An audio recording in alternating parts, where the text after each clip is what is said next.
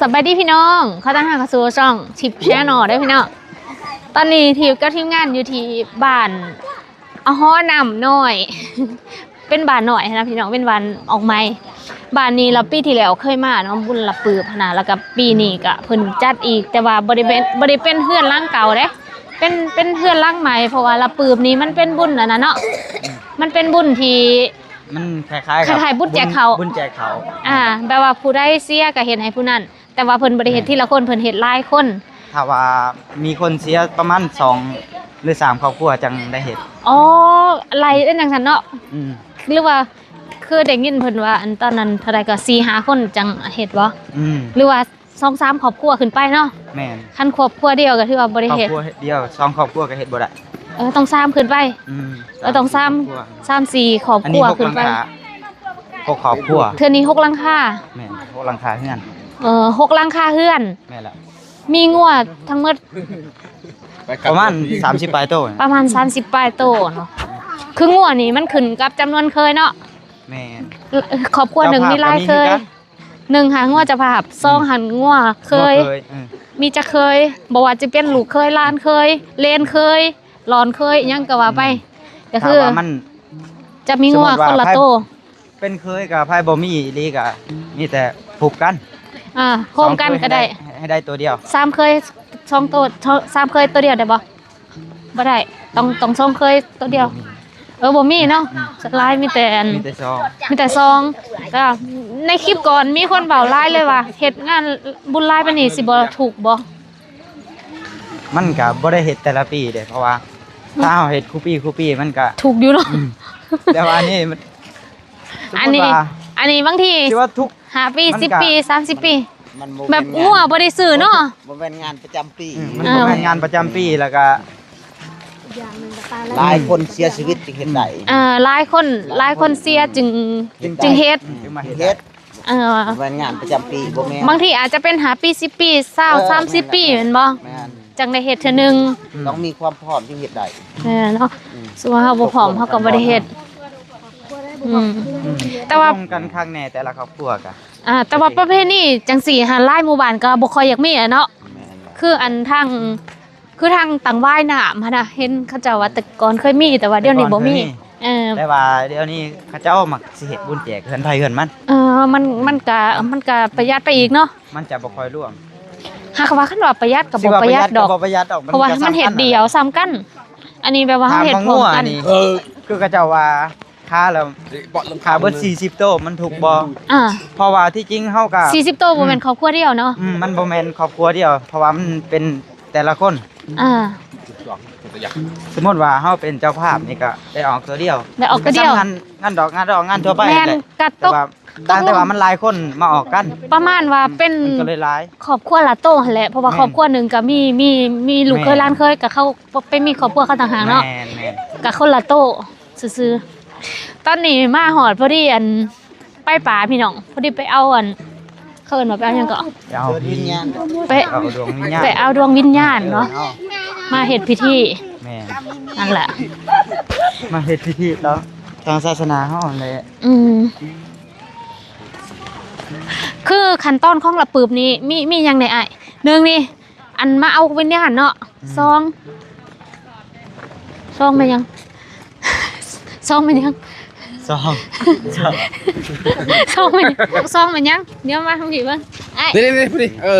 คืออยู่2แล้วก็มาเฮ็ดพิธี2แล้วก็ไม่ได้เข้าพิธีมันมือเลยมื้อจนฮอดมื้อเช้าพิธีทางศาสนานี่แหละศาสนาพีแม่นล่ะก็คือแบบว่าเอาไปแล้วเฮาสิได้อ้อมความหมายของการอ้อม3หอบน่ะแม่นยัง3หอบเพราะว่า3หอบหรือ7หอบก็3หอบเว้ย3หอบแม่นเลย3หอบ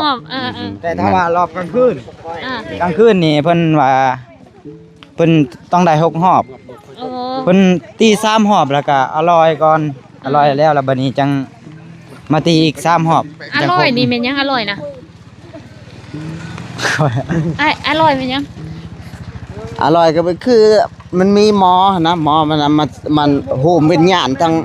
มันหลายคนนะให้โหมวิญญาณเข้ากันนะความหมายคือมันก็บ่แตกต่างกับเฮาเอายาคู่นี่แหละอ๋อแบบนั้นเนาะ อันยากู้น่ะเพิ่นเทศแต่ว่านี่เพิ่นอร่อยเขามาคือเทศไปเลยก็แม่นนะ ทำไมเป็นอย่างสันเนาะ แม่น แล้วก็มื้ออื่นเช้านะเห็นยังมื้ออื่นเช้านะ มื้อเช้าบ่ แม่น มื้อเช้าก็เสร็จพิธีก็ไปพังส่งดวงวิญญาณ เฮ็ดจังได๋ก็มาหม้องเก่าแล้วก็ นั่นแหละต้องย้ายได้ย้ายบอลได้ได้ย้ายบอลอีกได้ย้ายบอลได้เพราะว่าเฮ็ดแล้วแหละต้องย้ายบอลบัดนี้ อ๋อแสดงว่ามีภาษา2บอนสิบ่ แม่นแหละต้องเปลี่ยนบอลเอาไว้มันแล้วแหละได้เฮ็ดแล้วแหละก็แม่เปลี่ยนบอล มันเฮ็ดแล้วจากภาษาที่เฮาไปไหว้บอล แล้วอันคืออันบอนที่เฮาไปไหวนี่นะเฮาก็ได้เฮ็ดพิธีแบบเดียวกันนี่บ่ ตีกลองออกไปเรื่อยๆแล้วก็มีแต่ไปพังคือเขาพังอันหยังก็อยู่ในวัดอันนี้ พังยังทุ่งบ่ พังทุ่ง โอ้แบบนั้นแล้วก็ถือว่าเป็นอันจบพิธีเนาะ เจ้าพิ คือ ธี คือละปืมนี้จะมือหนึงคืนหนึงแม่นบ่กับมื้ออื่นเช้า แม่น คือว่าแล้วเนาะส่วนก่อนหน้านั้นก็คือเป็นการหากะเกี่ยม แล้วอันงัวนี่ส่วนหลายนี่ได้ซื้อบ่หรือว่าเลี้ยงไว้ เลี้ยงไว้ เลี้ยงไว้เนาะ เลี้ยงไว้แต่ว่าบางคนเป็นเคยเนาะมันบ่มีก็ต้องได้ซื้อ ก็ต้องซื้อเอาเนาะแล้วงัวนี่เฮาได้กำหนดบ่ว่าต้องตัวใหญ่ตัวน้อยหรือว่าน้องหนึงตัวใหญ่ตัวน้อยก็ได้ ถ้ามันบ่มีอีหลีก็ตัวน้อยก็ได้ อ๋อ แต่ว่ามันก็บ่ว่าดอกว่าสิน้อยอีหลีรอมันก็ เกิด พอ ไหม กินเนาะมันก็ธรรมดา ให้พอกินเนาะแล้วอันคือการหลมงัวหลายโตวนี่บ่ได้แม่นว่าเพื่อที่เอามาเลี้ยงญาติพี่น้องแต่ว่าเพื่อเอาหัวงัวมาเฮ็ดพิธีเนาะ แม่น เห็นอยู่บ้านเมื่อวาน แล้ว นั้น เพิ่จะ มีควายนำ บอกแม่นมีควาย3ตัวมื้อนี้ อ๋อมื้อนี้ควาย3ตัว ทางเจ้าภาพเพิ่นเอาออกมาเอง อ๋อควาย3ตัวงัว30บ่เพราะว่ามื้อนี้หันจะมีงัวรวมควายค่ะเป็น30กว่าโตวเฮือนหนึงมี8ตัวนะมีจะเคยอันน่ะหลายเคย ข่อยก็บ่ได้นับคือกันแล้ว คือสิหลายแห้งอยู่เนาะจึงได้อันนั้น คนเชื่อเจ้าภาพบางคนก็เขาออก2-3ตัว บางคนก็จะออก2-3ตัว แต่ว่าเขาเจ้ามีเคยร้ายเด้ นั่นแหละ มาเดี๋ยวไปพาพี่น้องไปเบิ่งพิธีอาจารย์ มันบ่แม่นเฮาโกไปเท้า สุดซ้ายเลยพี่น้องประสานนี่แมนประสานเดียวกันเลยพี่น้องเพราะว่าสุดก่อนที่เฮามาก็คือยางลัดทงหน้าไปทางนี้เนาะแต่ว่าอันนี้จะเป็นบ้านนี้ไปทางนี้พี่น้อง บนเดียวกันเนาะ ประสานนี่มาบ่เดียวกัน แต่ว่าน่าจะเป็นคนละขุมเนาะคนละขุมคนละบ่องน่าจะเป็นแบบว่าอยู่บ้านเฮาอยู่กับญาติแบบว่าจุ่มไผจุ่มมันพี่น้องอันนี้ก็คือบอนที่เพิ่นสมมุติว่ามาเอาวิญญาณเนาะมาเอาวิญญาณแล้วนี่แล้วก็มื้ออื่นเช้าเพิ่นก็สิมาฟังแต่อันนี้ก็เป็นบอนที่บ้านอาฮอ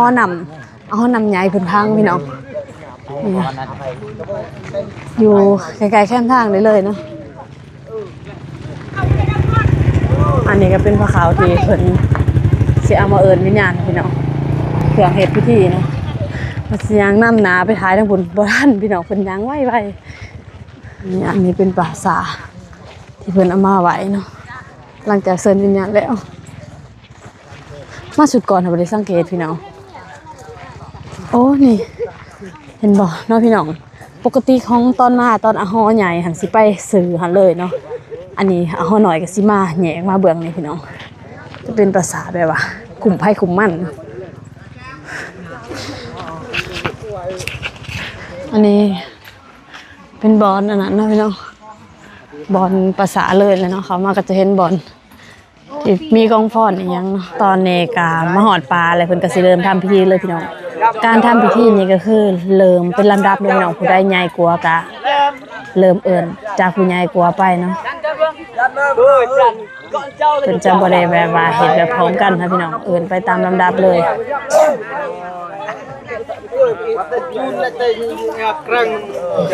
หมุนมาชีวิตยูทูบเบอร์พี่น้องเอ้ย มาแต่เช้าเนาะ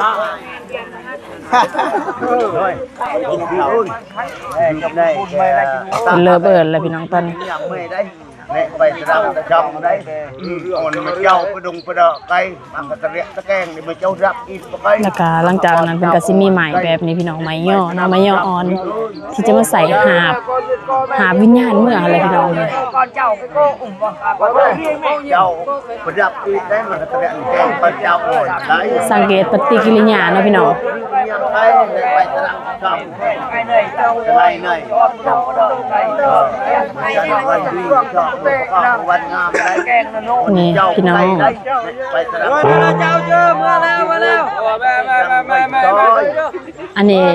ที่เพิ่นให้นี่บ่แม่นว่าเพิ่นขอให้เพิ่นยังได้พี่น้องบ่แม่นว่าเพิ่นคิดอยากให้เนาะหมายถึงเพิ่นว่าถ้าว่าในญาติพี่น้องเนาะถ้าตอนเอิ้นวิญญาณมีผู้ห้องผู้ให้เนาะญาติพี่น้องมานำกันก็คือหมายถึงวิญญาณเพิ่นมาเข้าแล้วพี่น้องก็คือวิญญาณมาแล้วเนาะก็คือว่าสำเร็จพิธีแล้วก็เก็บเอาผงที่อันในกองพรนะพี่น้องผงขี้เถ้านี่เนาะแล้วก็เมื่อบานพี่น้องถ้ากองพรได้เทว่าเอิ้นได้ก็บ่มีคนหายก็คือว่าพิธียังบ่สำเร็จก็สิได้เอิ้นจนมีคนหายไปเลยพี่น้อง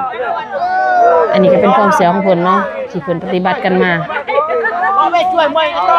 แล้วเพิ่นก็สิมาหาแบบนี้เนาะแล้วก็สิมีผ้ามาโปกพี่น้องผ้าตะโหลโปกระหว่างที่อันนั้นเพิ่นก็สิตีของไปนำพี่น้องเพื่อเป็นการแจ้งเตือนให้วิญญาณเนาะก็เกียมถาเนาะตามข้อมูลที่อันเพิ่นให้มานะพี่น้องอันนี้ก็ถือว่าสำเร็จแล้วพี่น้องก็เพิ่นสิไม่ต่อไปที่2อันนี้ที่ว่าง่ายนะพี่น้องเพราะว่าสุดก่อนหันบางคนก็แบบว่าเพิ่นเอิ้นบักละลายเถื่อเนาะอันนึงก็เป็นย้อนแบบว่าเฮ็ดบ่ถูกพิธีแม่พี่น้องเครื่องบ่ครบเนาะก็เลยแบบว่าบ่มาจักเถื่อพี่น้องก็เพิ่นก็เอาเครื่องเอาหยังมาแล้วก็จนให้ผู้นำหมู่บ้านเนาะมาเอิ้นจนในเมื่ออันนี้ก็เป็นของพรที่2พี่น้องเป็นก็สิมาเอิ้น เอาเวียนเป็นมาคิวมาฮิวเด้อไปช่วยอันเด้อ เพิ่นก็สิเจอเอาเนาะพี่น้องว่ากองพรผู้ใดอยู่วางใดเนาะเพราะว่าเพิ่นบ่ได้เขียนชื่อ ก็นี่เกือบ เครื่องที่ใส่ก็จะมีไก่เนาะปิ้งไก่โต้แล้วก็มีเหล้ามีน้ำมีมะกรีดกอกหญ้ามีแพะมีข้าวแล้วก็มีเทียน Tè ơi này cha là bạn này coi đây coi Nào bạn nuôi trâu chuông xoang ở đây. มาแล้วเนาะมาแล้วพี่น้องเอิ้นพานใดนะเพิ่นคือเสียงเมื่อแห้งเอิ้นพานใดสุดซ้ำเพิ่นมาเลยคือสิคล้องมาเฮิงแล้วเนาะพี่น้องสิคล้องมาลายมื้อลายยามเลย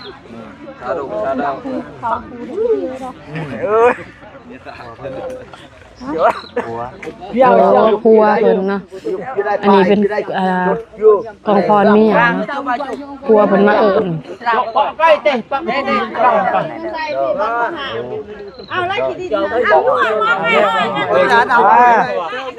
Cho vịt cho Ria ti ria dương nha có bọc bẹ bọc giang cho ớt product du có đây đây. Rồi bọc cây hơi. Cái nhà bọn on ria ta đen cây.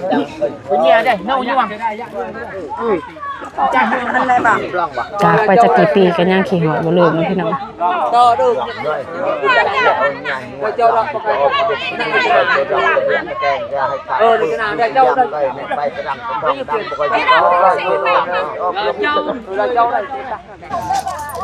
เดี๋ยวเจ้าหัวน้ำ อย่าอันตากกูก็ไม่หิวเลยวันเจ้าอันตะตากกูก็ตามหิวนะละวันที่1นี่เด้อมาแลกโคบเลยเฮานี่ อ้าวเมื่อแล้ววันนี้กันแล้วบุญเชื่อกันแล้ว คือสิทาเฮิงเลยเนาะ บ่เพิ่งแล้ว2-3 คน เออ ยังอยู่นี่ บ่เพิ่นคือสิทาให้มาเอิ้นเฮิงแล้ววะคน นี่บ่าวนี่ เราแบกดอก1-2 คน เมื่อไงนะพี่น้องอันเห็นอยู่อะฮอนั่นป้าเผื่อ เป็นน้ำเห็ดบ่ถือบ่เลยตั้งแต่ต้น 12ราคาเอง ไปนะแม่นะนั่นน่ะ โอ้ยนี่มันลายคันลายให้งอย โอ้ เขาเฮ็ด6ราคาก่อน โอ้มีแต่6หลังคาคือกันเนาะอันนี้เพิ่นก็มาเอิ้นอย่างนี้แหละพี่น้อง ใช่ติดข่าวนะจ๊ะจะไปไว้ยังติดข่าวฮะ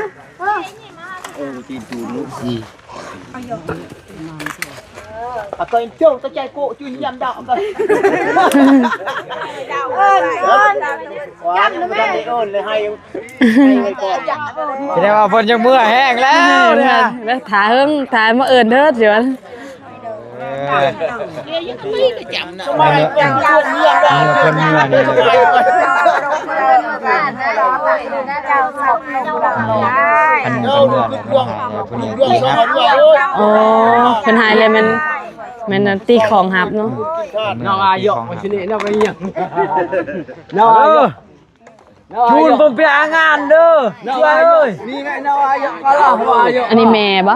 เจ้าอ่อนเด็กและเจ้าจังไม่เอ้ย เจ้าเย้ย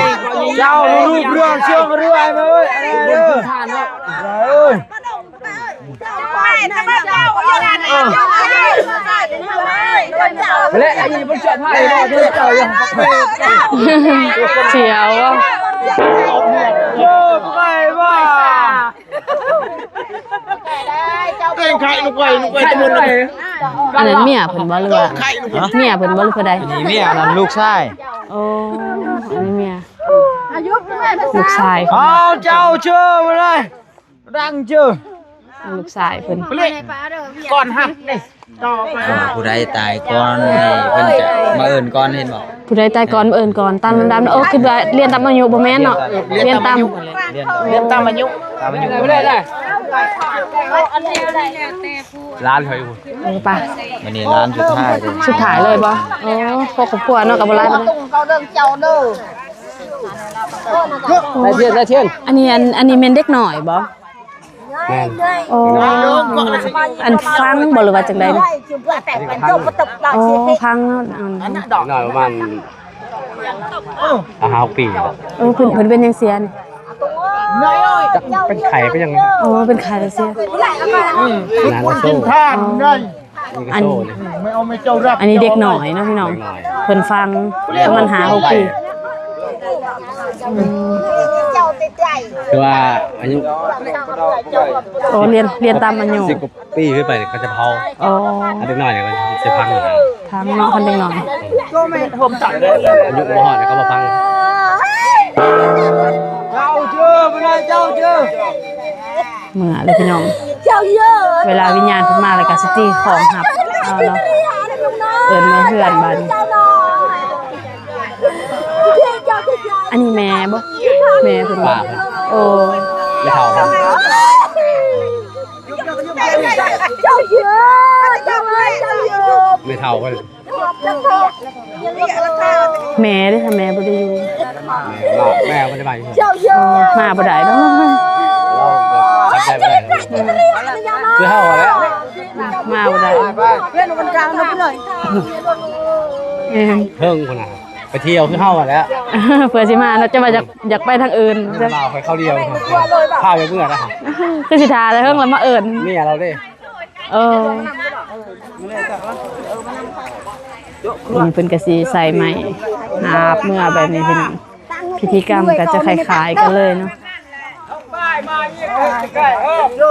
อันผู้ที่หาบนี่ก็จะเป็นเคย อยู่ใช่เนี่ย เคยหาบอยู่เมืองส้น มาซื้อทางนี้ แม่นผู้ที่หาบผมก็ให้ผมก็อันวิญญาณพี่น้องจะเป็นเคยเนาะสลายเคยเพิ่นเนาะจะไปอุปญา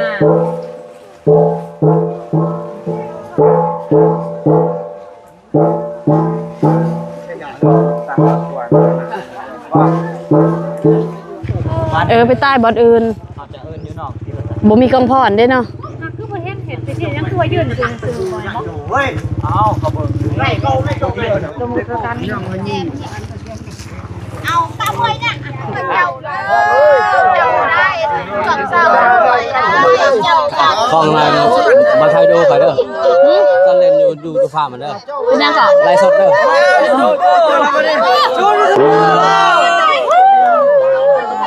อัลลอฮ์ซาอัลลอฮ์ซา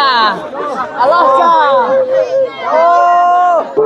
เจ้าเจอสู้แล้วนี่ได้แล้วไปเจ้าเจอโอเคพร้อมบ่โคตรพร้อมบ่ อันนี้ที่เพิ่นออกมาเอิ้นอยู่น้องนี่พี่น้องก็คือจะเป็นแบบว่าเอิ้นวิญญาณที่ไปเสียชีวิตอยู่บ้านอื่นเนาะเป็นญาติพี่น้องที่บ่มีกองพรอยู่แบบว่าอยู่บ้านนี้นะพี่น้องแล้วจะออกมาแต่ปราสาทเพิ่นก็จะมาเอิ้นอยู่นอกนี่เนาะก็เกิดว่านี่เนาะ ยังคนหนึ่ง มีคนให้ยัง ยังคนหนึ่ง ยังอีก คนเลย โอ้ สู้เมียอยู่เรือ โอ้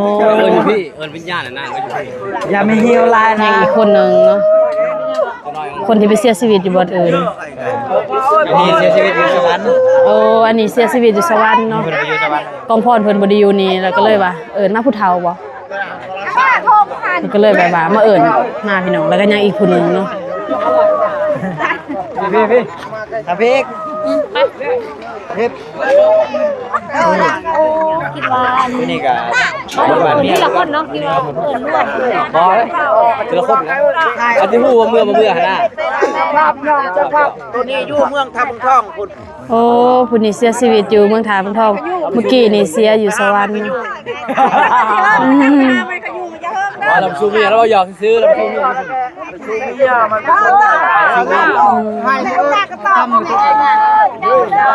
เลยแล้วพี่น้องสังเกตเบิ่งว่าญาติพี่น้องที่มากันไปสู่เมียอยู่บ่อนอื่นเนาะไปเสียชีวิตอยู่บ่อนอื่นศพบ่ได้มาเผาอยู่พี่ก็ยามเฮ็ดบุญก็คือมาขึ้นเพื่อนคือกันพี่น้อง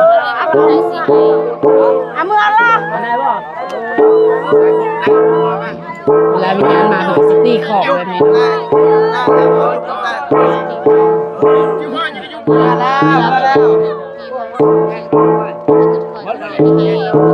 แสดงสดที่เพิ่นละ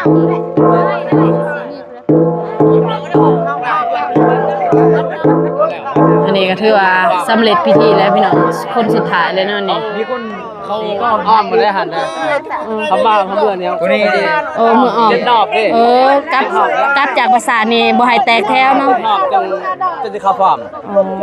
เขาเวียนก่อน เมื่อฮอดบาทนี่ต้องเกณฑ์หอบเนาะเพิ่นบ่ให้แตกแถวแล้วก็จะเข้าพามพี่น้อง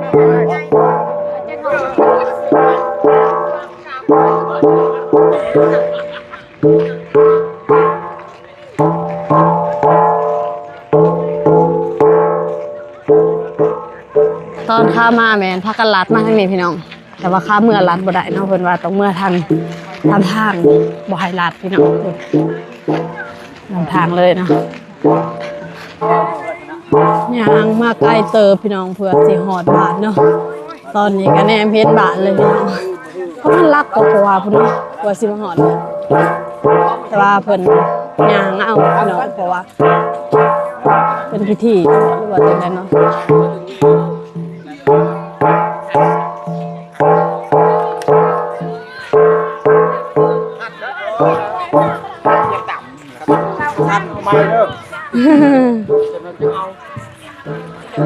อันนี้คือซีเมนต์งัวแม่นควายที่เพิ่นเกี่ยมใบสิคานี่บ่พี่น้อง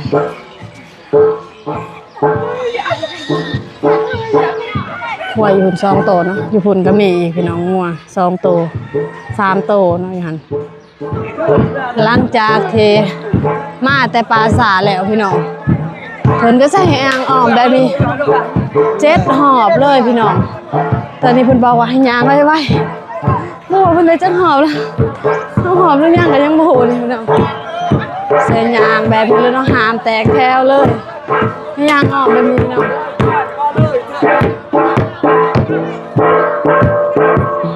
ก็ต้องนี่ย่างอ้อมน้ำเพิ่นเนาะตามพิธีพี่น้อง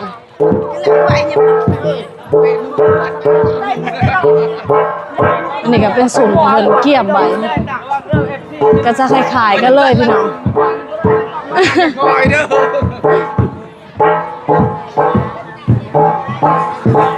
เอาหมอมนี่ นี้เพิ่นก็จะมีจูดไฟนะจูดเครื่อง เฮ้ยพี่เฮ้ย ทางเลยบ่หัวได้จะหอบเลยพี่น้องเพิ่นว่าย่างกันย่างนะเพิ่นนี่เพิ่นจะจูดไฟแบบสีไหวเนาะสีแจ้เลยเดี๋ยวกล้องนึงพี่น้องแล้วก็มีอีกหันเนาะกองไฟแต่ยังบ่ฮู้ความหมายเนาะเดี๋ยวสิลองสอบถามเพิ่นความหมายที่ว่า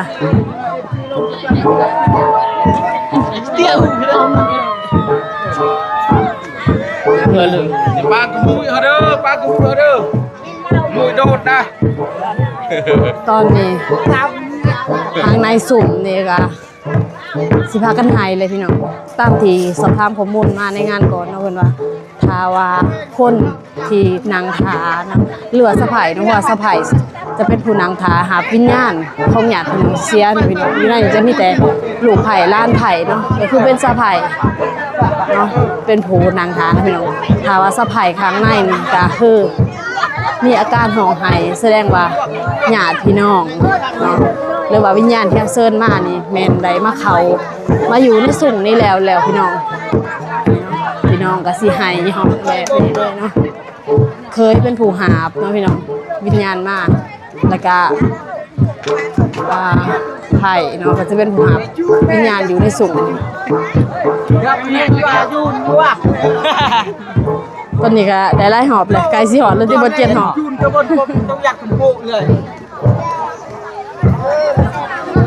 หอดแล้วบอกไปเลย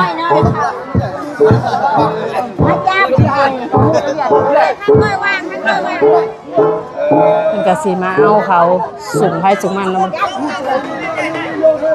งานละปืบเทื่อนี้แล้วมีซองตูบหรือว่ามีถุงซองถุงเนืองจะว่าเป็นคนละกลุ่มกันเวลาจัดงานนี่เพิ่นก็สิจัดเป็นกลุ่มนะคนละกลุ่มก็เลยคนละสุ่ม จะอาศัยซื้อไพ่ซื้อมันเลยนี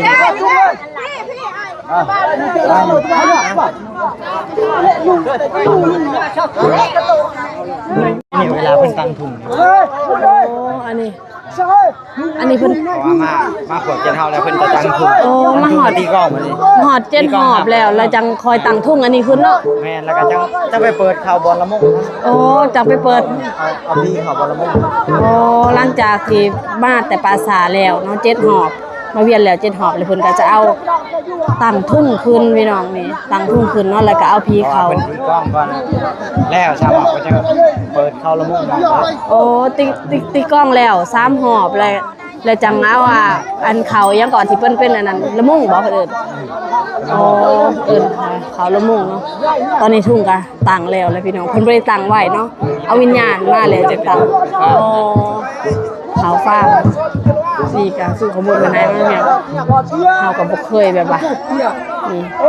พิ่นสิตีข้องหอบก่อนเนาะ3หอบแล้วจังเอาเขาอันละมุงเพิ่นว่านี่ละมุงก็คือจะเป็นหอมบ่พี่น้องเดี๋ยวถาเบิ่งเพิ่นตอนนี้มันกำลังตีกลองพี่น้องเริ่มตีกลองแล้วตีกลองได้เวลาหมวนของเพิ่นแล้วพี่น้องมันตีกลองแบบนี้เลยนะ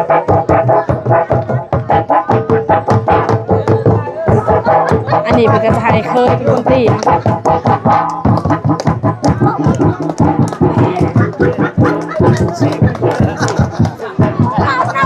กล้องนี่ก็จะเป็นเคยเป็นผู้หาที่สอนในการตีพี่น้อง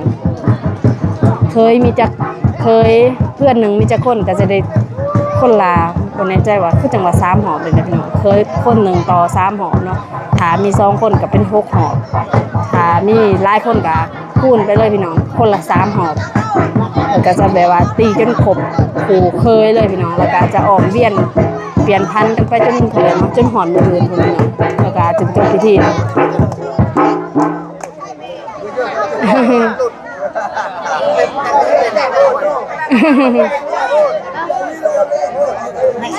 เวลาตีเขาจังหวะกันมันกับสิมวนนะพี่น้อง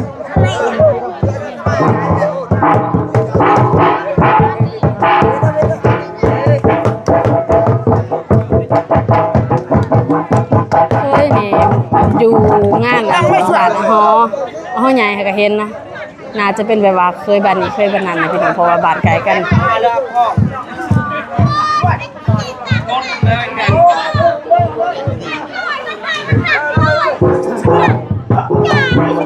อัน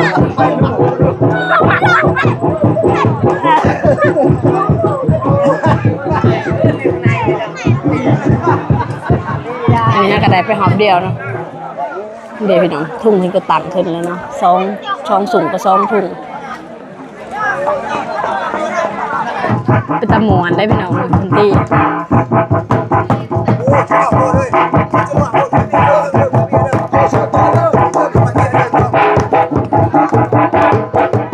ตีไปหอนหอบเนาะพี่น้องยุดผักก่อนเพิ่นกะสิยินน้ำไซให้เนาะ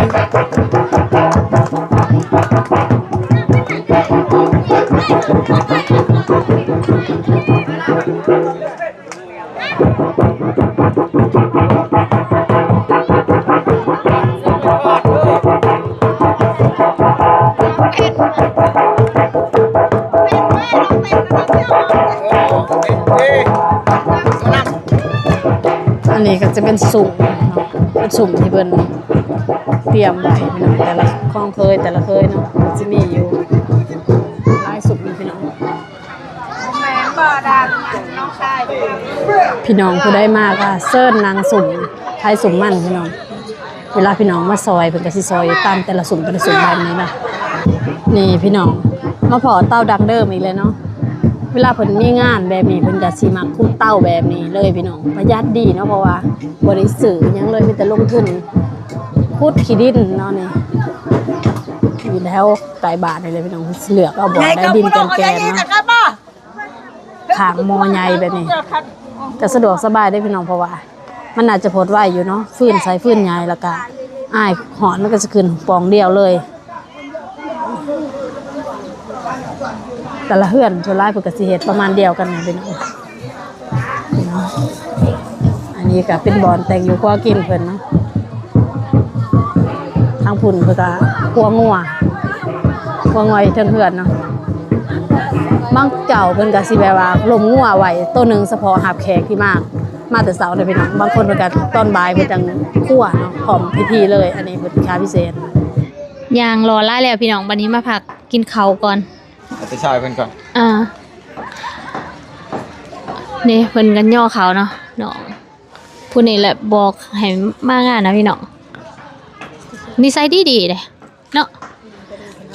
ฮับแขกฮับคนดีก็ซอยอันงานเพิ่นไปละนี่ก็เพิ่นย่อเขาพี่น้องก็มีต้มมีจ่ำแล้วก็มีแจ่วเนาะกินหอนๆใช่ปะกินหอนๆนั่นน่ะพี่น้องอานางัวนะเพิ่นจะล่มตอนบ่ายแต่ว่าที่เฮากินนี่เป็นลมพิเศษแบบย่อแขกกระต่างหากเฮ็ดพิธีหันกระต่างหากเด้เพราะว่างัวลมตอนบ่ายเด้คือพี่น้องมาตอนเช้านี่ก็บ่มีแนวกินแล้วก็เพิ่นก็ลมอีกต่างหากบางคนก็หมูบางคนก็งัวนี่ส่วนหลายเขาเจ้าก็เลี้ยงไว้ซื้อก็ส่วนน้อยดอกบางคนเขาเจ้าบ่ได้มีหรือเขาเจ้าจังซื้อเอามากินข้าวนํกันบัดนี้อาจจะบ่เห็นนั่นที่อยู่ในวิดีโอเพราะอะไรได้พี่น้องเห็นแวบๆเพราะว่าตรงนี้เป็นตากล่องเองไงปกตินี่คันเฮาเฮ็ดทางเพจทาง YouTube จังซี่ต้องมีทีมงานประมาณ3คนเนาะถ่าย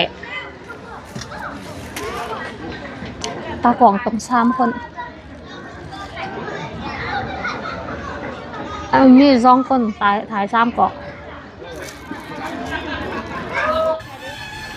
ตอนนี้ประมาณ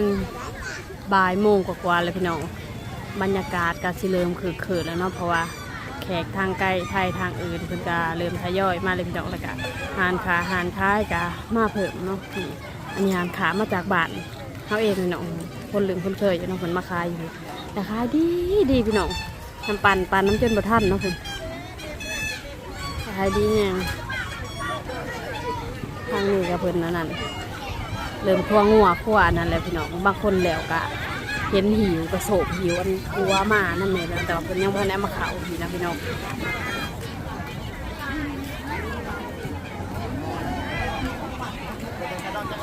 นั่นนะ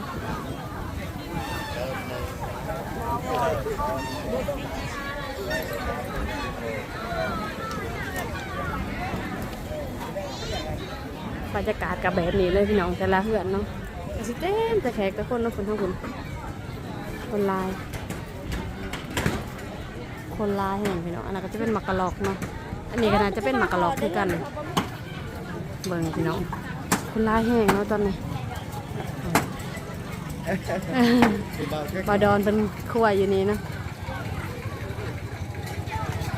ครัวยังบ่แล้วค่ะพี่น้องเป็นกำลังซับกำลังนั่น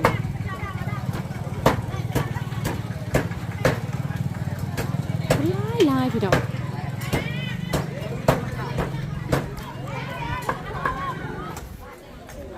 แต่ละบ้านแต่ละเรือนกระสีแบบนี้เลยนะพี่น้องครัวงัวแล้วล่ะค่ะ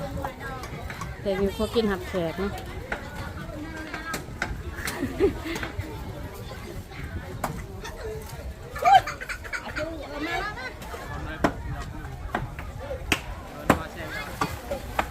น้องคนเดียว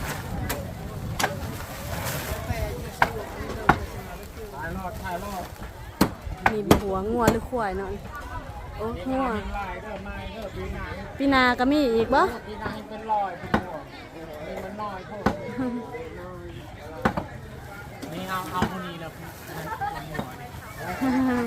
มือสังหารบ่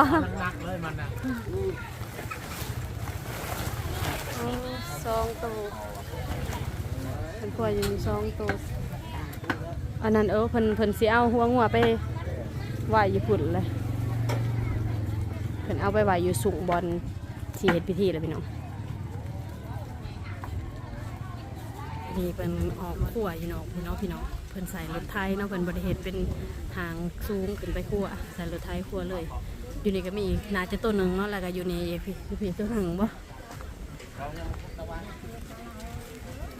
พี่อีกก็จะมีอีกจุ่มหนึ่งเนาะนี่อยู่นี่ขั้วนะครับเพิ่นอันนี้เพิ่นซอยน่าจะซอยแล้วซอยเกือบวัตถุเกือบเลยเนาะเห็ดเตาแบบนี้ระวังเด้อนี่ยังมีไฟเด้อนี่โอ้เห็ดซองสารเลยบ่น่าจะเป็นการอุ่นเนาะหรือว่าอันนั้นบ่โอ้เป็นเห็ดแบบนี้นะพี่น้องนี่น่าจะเป็นหม้อแกงเตาแบบดังเดิมพี่น้อง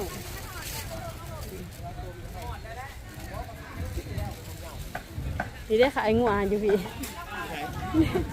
ดังได้ยังมีไฟขายงัวกับเมียเพิ่นเนาะ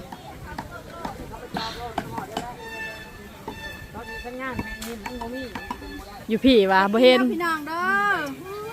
หัวได้พี่น้องเด้อ พี่น้องเยยควายบ่ หาตัวควายตัวหนึ่งเนาะ ให้มือกองแม่เจ้าที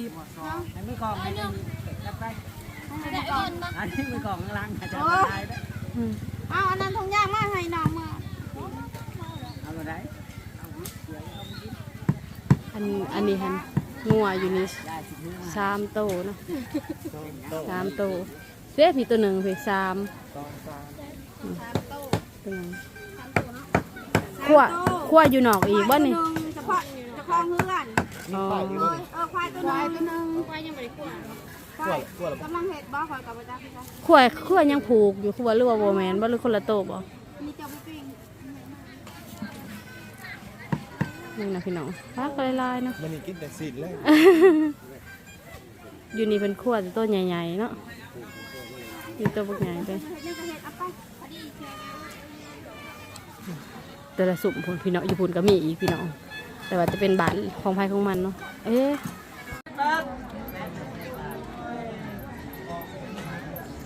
อยู่พี่ก็จะมีการเนียงเสือคือกันพี่น้องนี่เนียงพายข้าวเนาะใส่งัวแต่ละโตหับแขกเพื่อนพายเพื่อนล่าพี่น้อง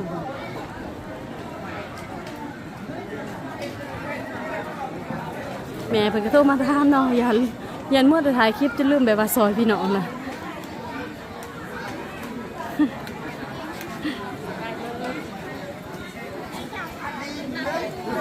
ทางนั้นบ่เงินบ่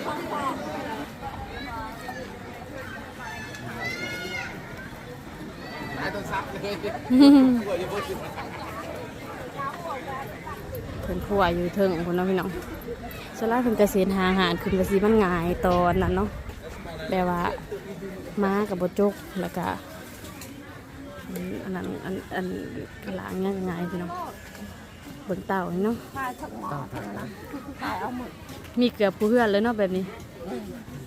ง่ายดี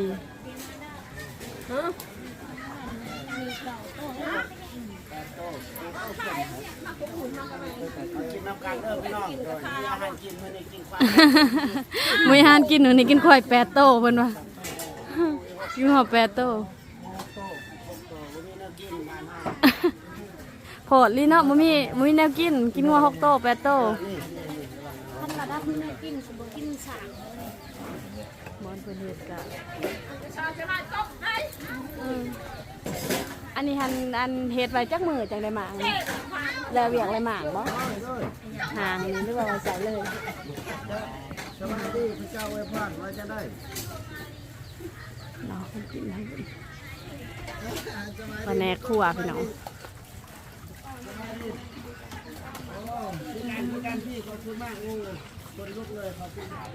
คนคั่วแล้วก็เอาเขามาพี่น้องคุณใส่รถไทยเขามาเนาะ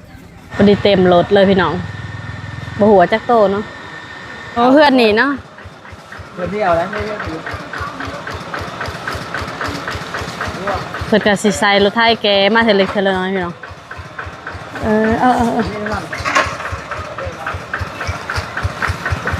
คนละขวดที่น่าจะขั้วเดียวกันแต่ว่าแหย่กันเพราะว่ามันสิแหย่กันอยู่วงเดียวหลายคนเฮ็ดดิหลายอะไรโตเพื่อนนี่รู้สึกว่าลายแห้งเนาะเพื่อนนี่เอาโม่สั้นนี่มาด้วยกับขวดคนละขั้วโอ้คนละขั้วบ่คนละลังเจ้านี่บ่ตัวเดียวพอโต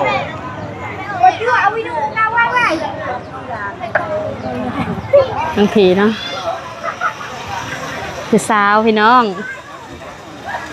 นี่เพิ่นกะคั่วไก่สิแล้วเลยเอามากินมาเด้อแซ่บกินข้าวไก่สิแล้วแล้วเนาะอันอยู่นี่ก็จักโตก็อยู่เพื่อนอยู่ในช่องอยู่ช่องเนาะช่องโตอ๋อเลิกแซ่บโอ้นี่ช่องอยู่นี่หยิบนะเอาสดเฮ้ยอาปากกว้างๆนะเข้ากล่องนะเห็ดคำใหญ่ๆเด้อมันจะเป็นตาแสบพี่น้องงัวมีแต่งัวมืดบ่มีแต่งัวนี่เป็นพอแต่งัวเดินกินข้าวนี่เพิ่นได้พี่น้อง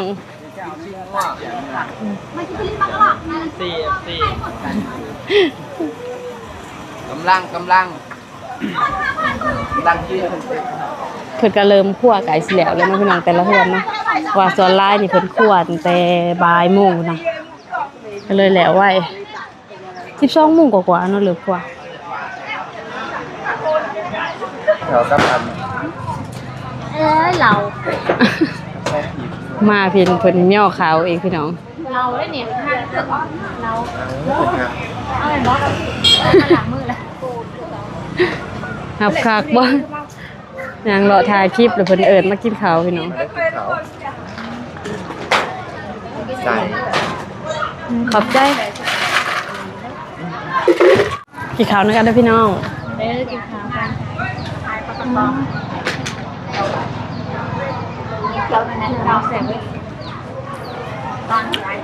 น้ำนี้เย็นสั่งก่อนถ้าปูแล้วให้ยามามึง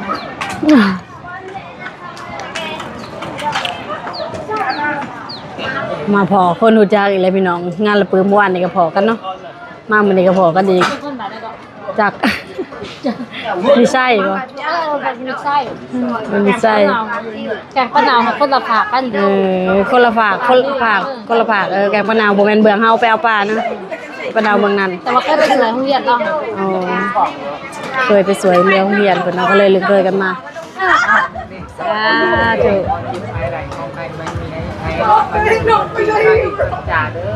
สาธุ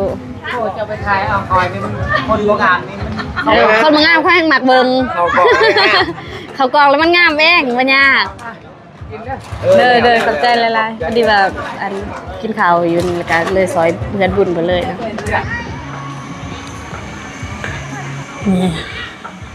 เพื่อนพี่น้องเนาะพี่น้องเพิ่นก็คั่วงัวคือกันไก่สิแล้วแต่ว่าอยู่นี่เพิ่นคั่วบ่ได้หลายโตคือว่า3โตหรือว่าต้นนะกินข้าวแล้วกินแล้ว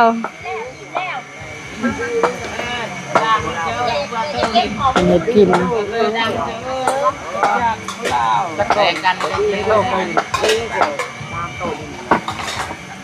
อยู่นี่3โต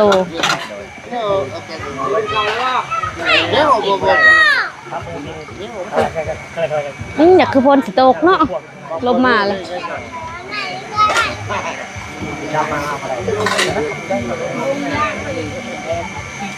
ตักมาเลยเดี๋ยวก่อนเอาหอนเลยใส่จานอิ่มนะบ่ตักกะยาบ่ตักกะยากินแล้วบ่อิ่มกินเลยก็ไปกินข้าวต้องอีกบูนอะไรอยู่ในร่างลูกไว้นี่เลยจะหน่อย เอาไว้นี่แล้วฮัลโหลก่อนจะได้มาเด้อ โยกแหกก่อนโลดบักสิเมื่อจะสิมาไหมรถบักอายุได้อยู่อันนี้บ่เข้มมาแล้ว หมังหมูเนาะมาแต่บ้านพุ่นพี่น้องอันนี้สิมันตัวไปใช้รถไว้บ่อันน้อยเท่าไรก็เป็นใครนี่แล้วกระปูอันนี้นางนี่แหละเห็นได้ซะลากเขาไปไหนใช่ไหน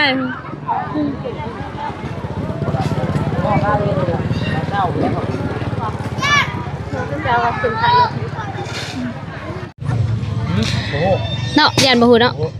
กินมังโม่พี่น้องเลาะเมื่อยแล้วก็มากินมังโม่เมื่อยอยู่ไสกว่าออกแต่กินข้าวแล้วก็ย่างมันนี่ที่มังโม่ต่อมันพิษจังเครียดเป็นยังคือเป็นมันว่าทารุณสัตว์มันว่า พิงเครียดอันนี้ให้ง่วงเคยบ่บ้านอื่นถ้ากันเราขายซะตอนคนอื่นนี่เขาเห็นก็อยู่เห็นพิษ เจ้าทายต้นตีหัวมาจากตีหัวเครียดบ่บ่ตอนนี้ใช้ปิงเลย การรุนเครียด ว่ารุ่นสัตว์เปลี่ยนมาขอแบบนี้ก็มีไอ้ชาติแต่มันเขาคอยนี่ไอ้ชาติอ่ะ พิงเครียดแปลว่าทารุณใจบ่ต้องกินยังฮะว่าสิอยู่จนฮอดกระเจ้าอร่อยกับเอาหัวงัวมาวางไว้นะพี่น้องเอาหัวงัวมาวางไว้แล้วเพิ่นก็สิอร่อยก็คือเป็นอีกหนึ่งพิธีก็คือแบบคล้ายๆคือหม้อทางลาวหรือว่าถ้าเป็นผายังเพิ่นก็สิเอาผ้ามาสูทแม่นบ่แต่ว่าประเภทนี้เราปืบนี่เป็นศาสนาพีเนาะเพิ่นก็สิแบบว่าเอาผู้เฒ่าผู้แก่หรือว่าหม้อทำพิธีนะมาอร่อยก็คือแบบว่าจักเพิ่นเว้ายังเป็นภาษาลาวเทิงหั่นแหละอ้อมอันนั้นลบไปลบมาคือคลิปมือว่านที่เฮาไปถ่ายให้เบิ่งนะพี่น้องหม้อก็สิย่างเลาะอ้อมอันนั้นแล้วก็เว้าอีหยังก็บ่ฮู้ก็สิแบบให้มากินข้าวกินน้ำอีหยังประมาณนั้นแหละมันหันหม้ออร่อยเจ็บท้องแต่ว่าหม้ออร่อยที่เขาเจ้าเชิญมาแล้วเจ็บท้องกำลังหาหม้อใหม่อยู่เพิ่นบ่ทันได้มาแล้วก็ตอนนี้ก็4:16 นาทีแล้วเพิ่นก็ยังบ่ทันได้เอาหัวงัวลงมานะพี่น้องก็เลยบ่ได้อยู่จนแล้วงานคือสิกลับก่อนมาถ่ายเบิ่งแต่ละเทื่อก็บ่ได้จบงานจักเทื่อเพราะว่ามื้ออื่นพุ่นน่ะพิธีจังสำเร็จแต่ว่าบ่ได้กลับมามื้ออื่นมีงานต่อเพิ่นก็สิเอาวิญญาณหันไปฟังอยู่บ่อนใหม่คล้ายๆคือปักทุ่งอยู่วัดเวลาที่ว่าเฮามีญาติพี่น้องเสียค่ะเวลาจัดงานเรียบร้อยก็สิไปปักทุ่งอยู่วัดคล้ายๆแบบนั้นเลยพิธีแบบนั้นแหละพี่น้องตอนนี้ก็เดินทางกลับแล้วมื้อใดก็กลับเด้อบ่ทันได้ตัดคลิปไปเลาะทุกมื้อเลยมื้อนี้ก็เลยว่าตั้งใจมื้อสิไปตัดคลิปมันแล้วสำหรับคลิปนี้สิก็สิจบไว้เพียงเท่านี้เด้อพี่น้องเจอกันใหม่ในคลิปหน้าสวัสดี